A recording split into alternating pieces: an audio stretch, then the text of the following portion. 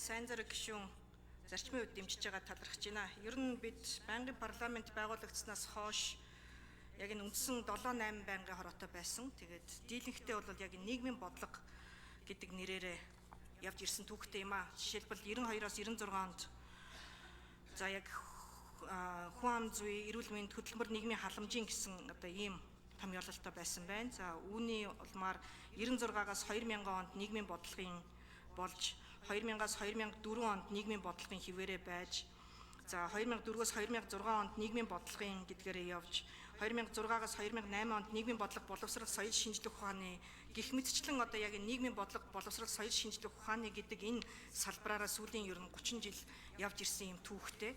Яг мэдээж одоо нийгмийн бодлого гэдэг маань өөрөө мэдээж нөгөө хүний хөгжлийн асуудал мөнөөс мөн учраас яг одоо хүний хөгжлийн байнгын хороо гэдэг нэршлэр нь явуулах саналыг бол ажлын хэсгийн хүрээнд гаргаад гишүүд маань бүрэн эрхийнхаа хүрээнд санал хураагаад явж болохын хувьд бол болно. Зөвхөн үндсэн явж ирсэн зарчмын хувьд бол эдийн засгийн асуудал гэдэг ч юм уу, нийгмийн асуудал гэдэг ч юм уу энэ өөрөө нөгөө шинжлэх ухааныхаа хувьд хилэгдэж ирсэн ийм уламжлалт томьёолол учраас үүн дээр одоо бас хууль санаачлагчдын хувьд бол яг нийгмийн бодлого соёл шинжлэх ухааны одоо байнгын хороогоор орж ирсэн байгаа юм аа.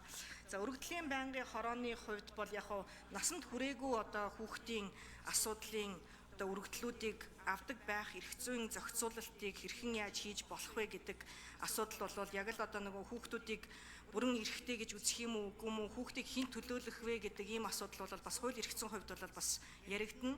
Гагцхүү одоо иргэний одоо хуулиарч гэсэн тэр насанд хүрсэн гэдэг юм уу одоо хууль зүйн чадамжтай болох гэдэг юм уу яг энэ агуулгаараа бол бас энэ насны хязгаар тавигдаж ирж байгаа юм аа.